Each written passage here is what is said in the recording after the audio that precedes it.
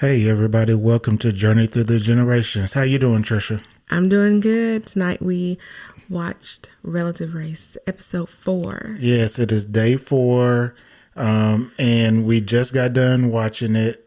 I'm ready to talk about it. How about you? I am. This was a very good show. It was very interesting. It just gave us so much background about all of the teams and their adoptive stories. It was unlike any other Relative Race. Yep, so if you remember, on day 3, Team Green won first place. Mm-hmm. So that gave them a benefit of making the challenge for one team a little bit more difficult during the challenge for everyone else. Yes, and this was their second time winning first place. So this was the second time that they would have to penalize another team. Yep, and we didn't know how that was going to be or what was going to happen with it at the time. And so it turned out to be very interesting. Yes. So we'll talk about that here in a little bit.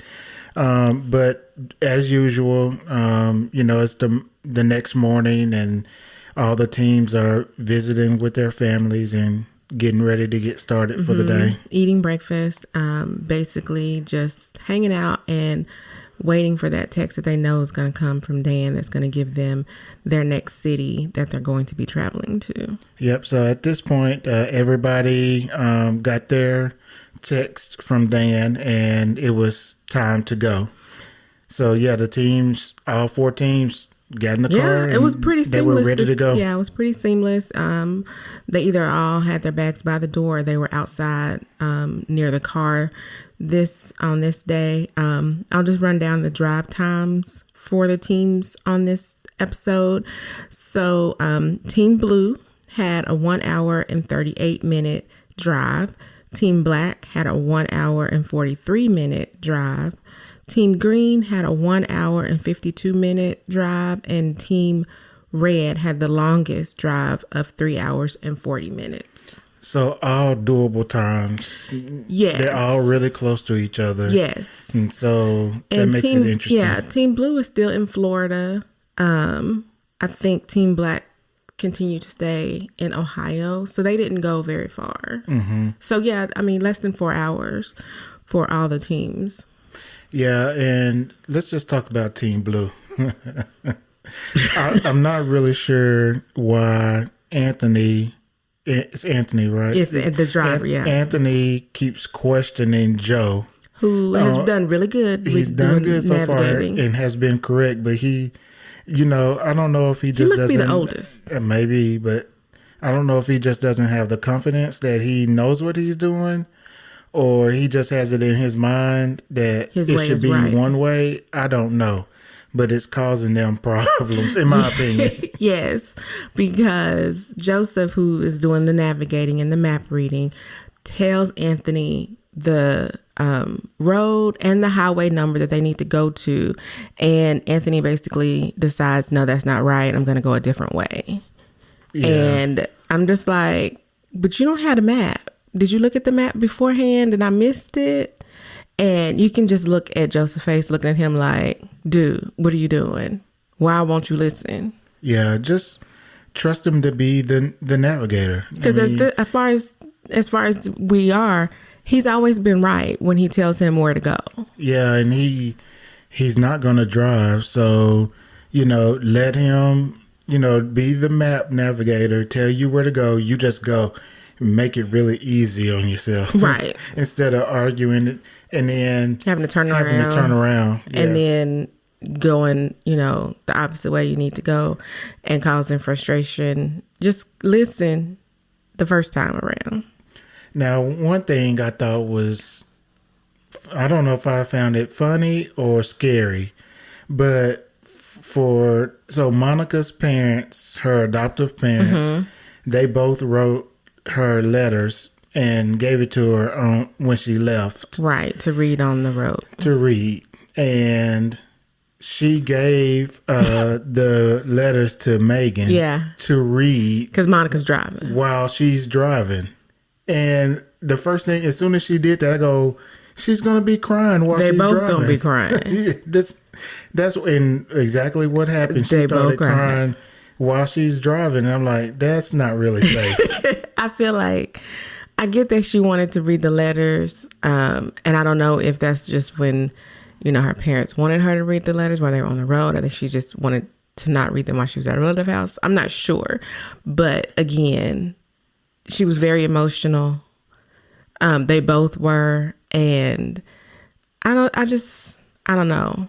I just don't know if that was a great idea. Not a good idea. I mean, I personally don't like to drive when I'm crying.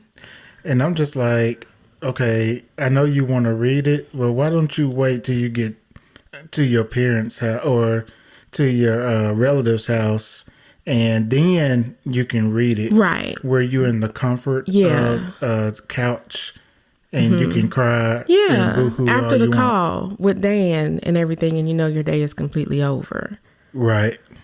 So everybody's driving and they're getting to their city to do their city selfie. Right. And everybody seemed to find their city sign in a timely manner. They all seemed to get their picture off to Dan with no problems.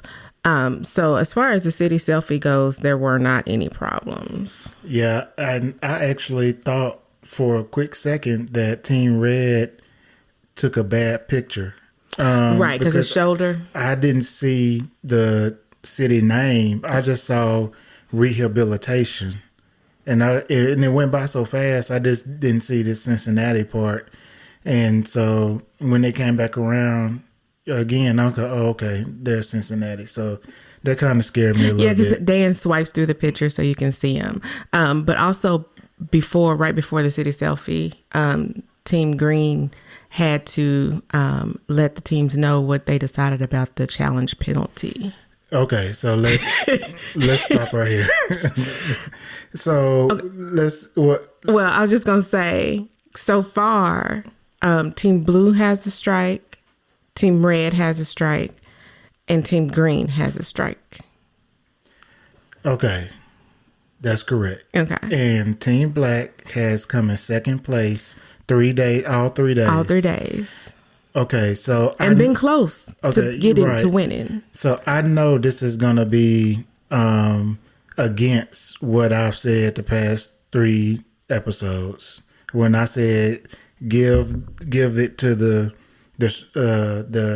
penalty to the team that already has a strike, but 3 teams has 1 strike, and there's one team sitting out there with nothing. I mean, they're doing really well. And they're like under the radar, coming in second place, and so Team Green chose Team Black, which is what I would have done. Get it, and which is what I would have done as well. And okay,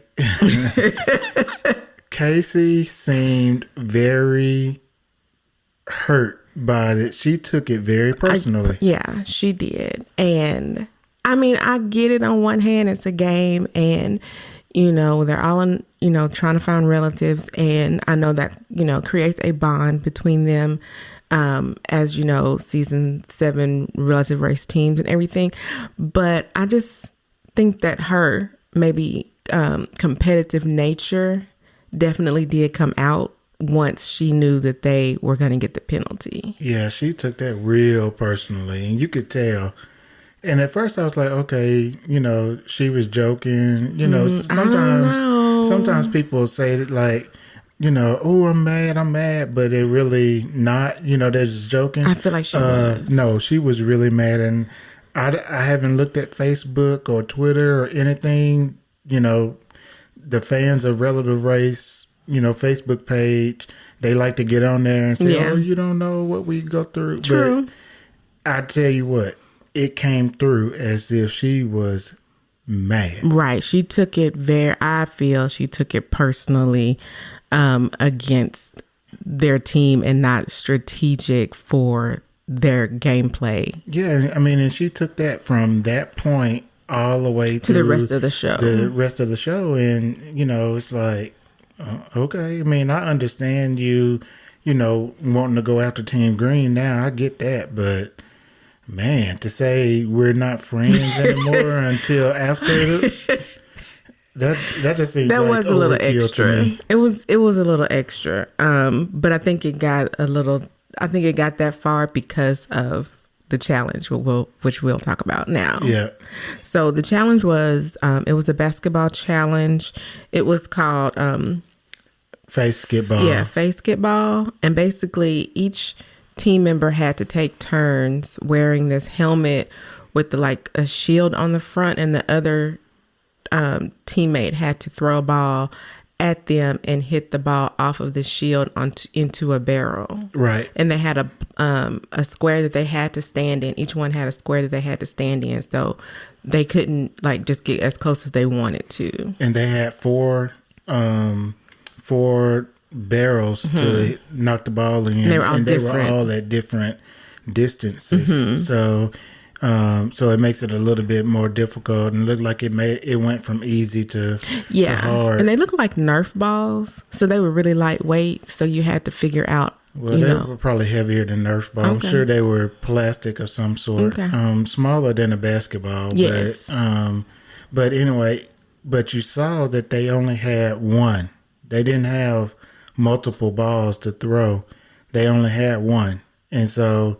If it went off somewhere, you had to run and go get it if you missed it. So if it bounced off the shield and went far behind them, then they had to run and get it. No matter how far it was, they had to run and then run back and continue the game. Yeah. So I mean, I think everybody kind of struggled with this a little bit because it looked hard. I can't imagine having to toss the ball and hit you basically in the face. And get it to, I mean, that's what it's really, anyway. No, I mean me throwing the ball at you, hitting you in the face. That's what I know. Anyway, it looked challenging, but the penalty for the black team was because they had 4 to do. So on the 4th barrel, they had to move their barrel back 6 feet. And I don't remember how close it was to them, but 6 feet was way further than it started. Yeah. And that made it a lot harder to do because although the ball wasn't Nerf, it wasn't very easy to throw. And then it bounced off the backboard pretty good if you threw it too hard. So you had to get it just right, but they struggled. Yeah, they did one. They had... the attempts, and the last one that I saw was 23. So I'm not sure how many they did after that on just the 4th one. Yeah, I think they probably did it like 40 times or something. So that was just on the 4th one that they did it. I know at least 23 times. So they did struggle with it. Well, they went over their 30-minute time allotment. They did. And they got frustrated because they weren't getting it in. They knew it was further, and that I feel like just fueled the fire against Team Green for making them move that definitely back further. Because I feel like when they left the challenge, they were mad. Oh, yeah. Probably in the back of their minds thought that they were going to lose, and they just, got fired up at Team Green. Yeah. So that was pretty funny. I think it was funny. I mean, it's kind of crazy. It made for good TV. It definitely did do that. Yeah. So this episode was a little bit different from what you normally see, but because every team has at least one adopted person on it, they did this little photo montage of everybody when they were kids and younger. So I thought that was really with their adoptive cool. parents and family. So yeah, that's something that they've never done before, and I thought that it looked really neat to be able to see the family that they grew up with. Yeah. So once they finished the challenge, everybody did eventually finish it, and they got the address to their relative's house. You hop back in the car. Team Blue seemed to do really well. They didn't struggle too much with the navigating that I could see. I know it's edited or whatever. And Team Green, when they got the relative's address after the challenge and read the address, she looked up and they were on the street of the relative's house.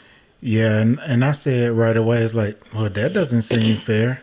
But I think they were like far away. I think they were on the other end of the street. Yeah, they did have to go, a good ways. Yeah. But they stayed on the same street, which has to make them feel confident. Yeah, well, sure. And I mean, it could be like us being on Chick-fil-A over here on this side and driving all the way to the other Chick-fil-A on the other side. Right. It would take a while. A few minutes to get there. So, but I will say that when she said, "Look at the sign."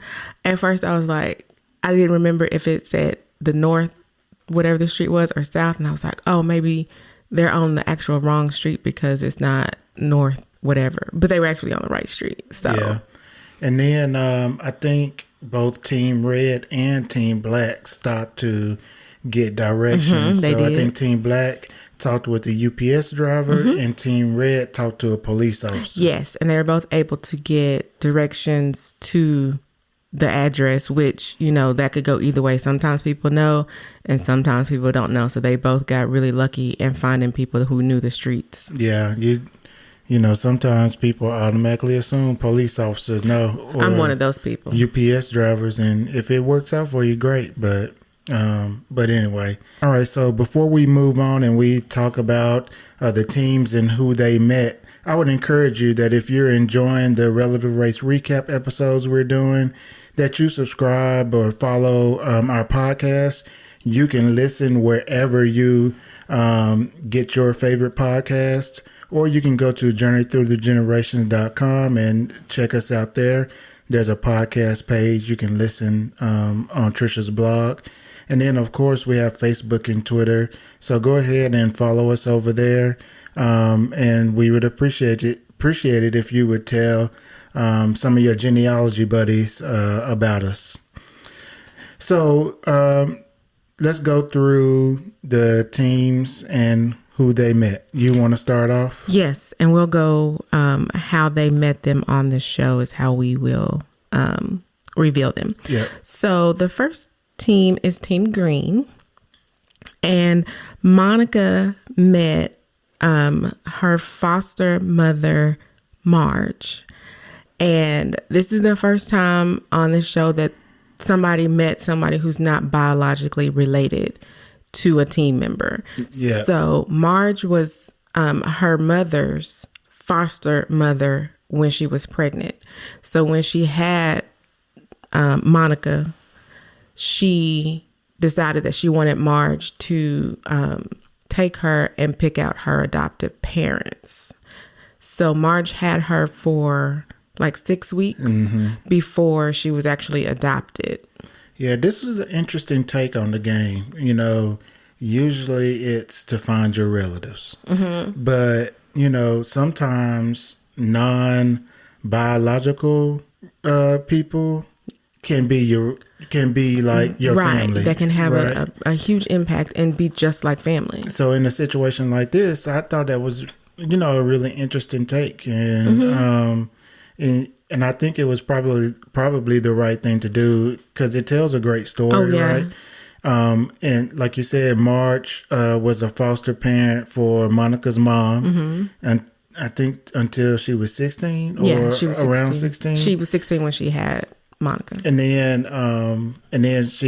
Monica's biological mom wanted her to come, Marge to come and take her and foster her and, like you said, find her some parents. So. And she just happened to befriend Monica's adoptive mother during this time, and discovered that they were unable to have children and were looking for into adoption, and she felt that they would be great parents, and so she picked them to adopt Monica. So this, like I said, this is the first time that somebody has met somebody who's not biologically related, but she definitely has a story to tell and pieces of the puzzle for Monica to be able to, continue her journey and know exactly what happened. True. And then they showed Team Blue. Team Blue met their first cousin, Aaliyah, on their mom's side. And so she was a 25-year-old cousin. You're still meeting young people. I like that. Yeah, I do like that. But it's odd, though. It is odd. Something to get used to. But I think it for them and... At some point, it'll change. I'm sure it will. But for them and connecting with their family, I think it's a good thing. Yeah, and it seemed like that she was excited. She was definitely... She was definitely excited to meet them. Mm-hmm. It sounds like the family always knew about the boys. Yeah, but she had heard stories from their mom about them. Mm-hmm, and she said that they looked like their mom. Yeah. So, but they got a chance to sit outside and talk, and I thought that was good for all three of them to talk to each other. Yeah, and I think it's good because all of them are close in age. Right, and I think also they keep hearing that people knew about them, wanted to find them, but just didn't know how or where to start. Because again, they're 28 years old. They met their cousin Aaliyah that's 25. So she didn't know how to go out and look for two adopted twins, back then. Yep. And she said they didn't have the money for it. Right. Or where to start or anything. Yeah. So it's nice I'm sure it was good for them to hear that they wanted to be able to find them. They just didn't know how.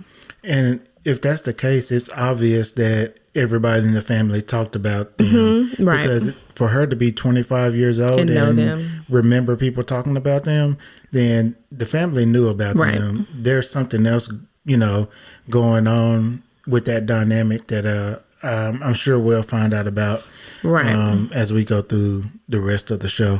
So next was Team Black. And Casey met her Aunt Jen, who is her dad's sister, who happens to also be a singer. She was in, I guess still is, in a barbershop quartet, all women's barbershop quartet. And she sings a cappella. So she was very excited to meet somebody else in the family who sings. Yes, and they taught her a song. Yes. And she sang with them, and they sounded really good. They sounded really good. They looked like they were having a ball. Yes, I like that.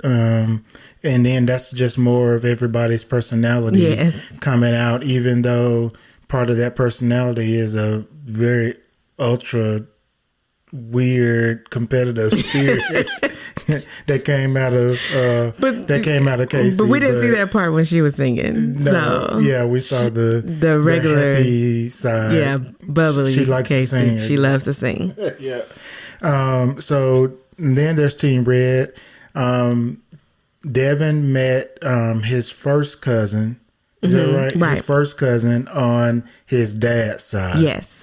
And so he got really emotional, talking about this. And, I think it was really him really appreciating his adoptive parents more and what his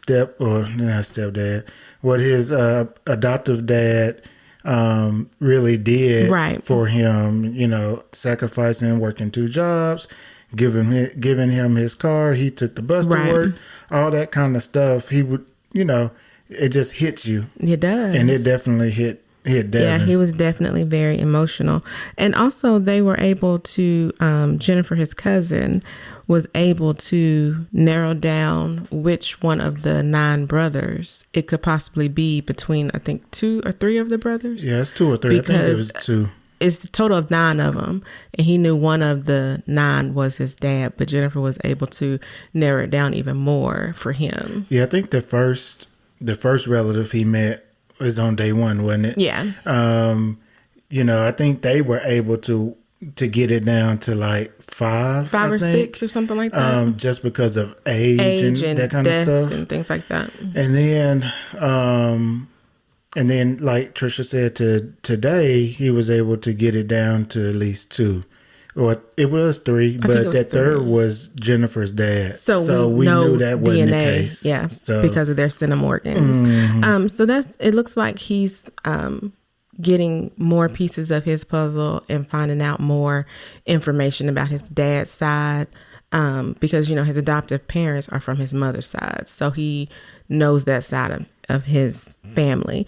And another thing that was very interesting about this one is they interviewed Monica on Team Green parents. Oh yeah, that's right. Mm-hmm. And they talked about Marge and how she picked them to adopt her and everything. And they've never talked to anybody's family like that before who's not on the show or who have met them.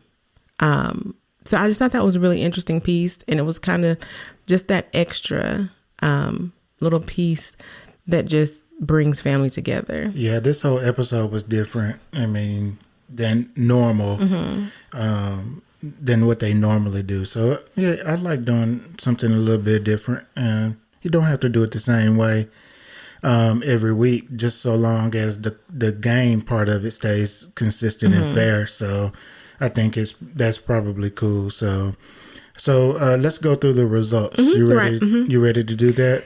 Yes. So I'll let you go ahead and go with who. What we want to do? Who won? Yeah, we'll do who won. Okay, let's do who won.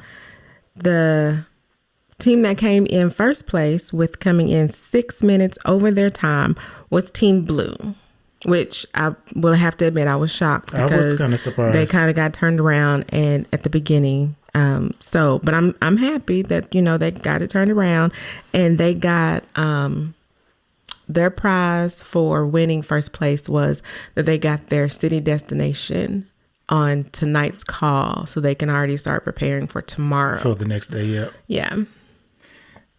And then who came in second place? Team Green came in second. They were 11 minutes over. So another tight race with the 5 minutes. And then the next team came in third place was Team Red. They were 26 minutes over their time. And Team Black, 1 minute over from Team Red, came in fourth place, got a strike, 27 minutes over. And then again, that competitive, I mean, if we're calling it competitive, we are spirit or fire or whatever you want to call it. Well, she does have red hair. It came out, and I think the other teams on the call felt it. Oh yeah, and Team Green felt it because after they closed the computer, she said, I think it was Nicole. Was it Monica? Not Nicole. Megan. I think Monica said it. Monica said it. I felt a vibe from them that they're coming after us. I think they are. They definitely are. And if they ever win anything that's going to put a penalty on a team, I can tell you right now, they're going to put it on Team Green. It doesn't matter where they are in the race. If they going to win, it doesn't matter. Yeah, Casey said they're going to smash Team Green like a bug.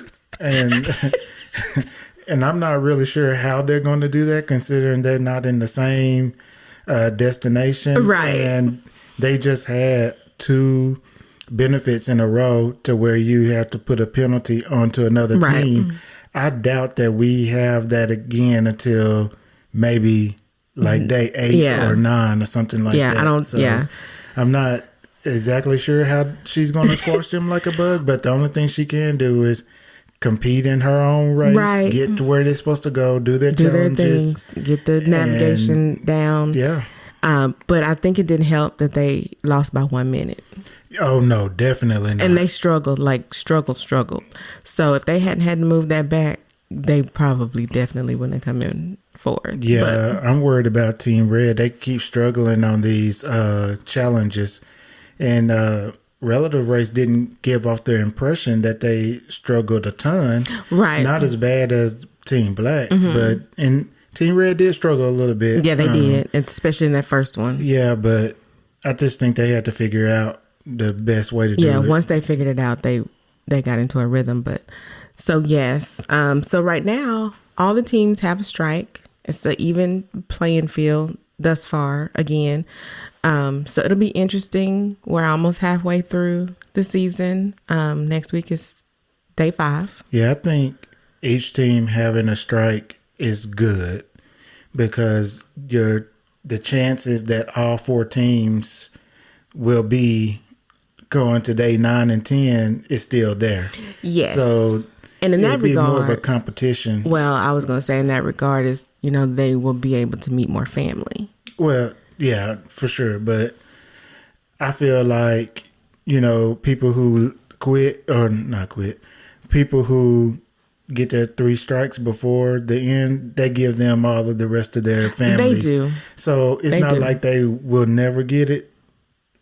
Okay, that's fine. They gonna find their people. We gonna talk about this competition. I only remember one season where 3 teams made it to the day 10, but I digress. Yeah. So, but the odds are there that it could still happen, right? Because I have seen seasons where they get to day 5 and a team already has 2 strikes. Yeah.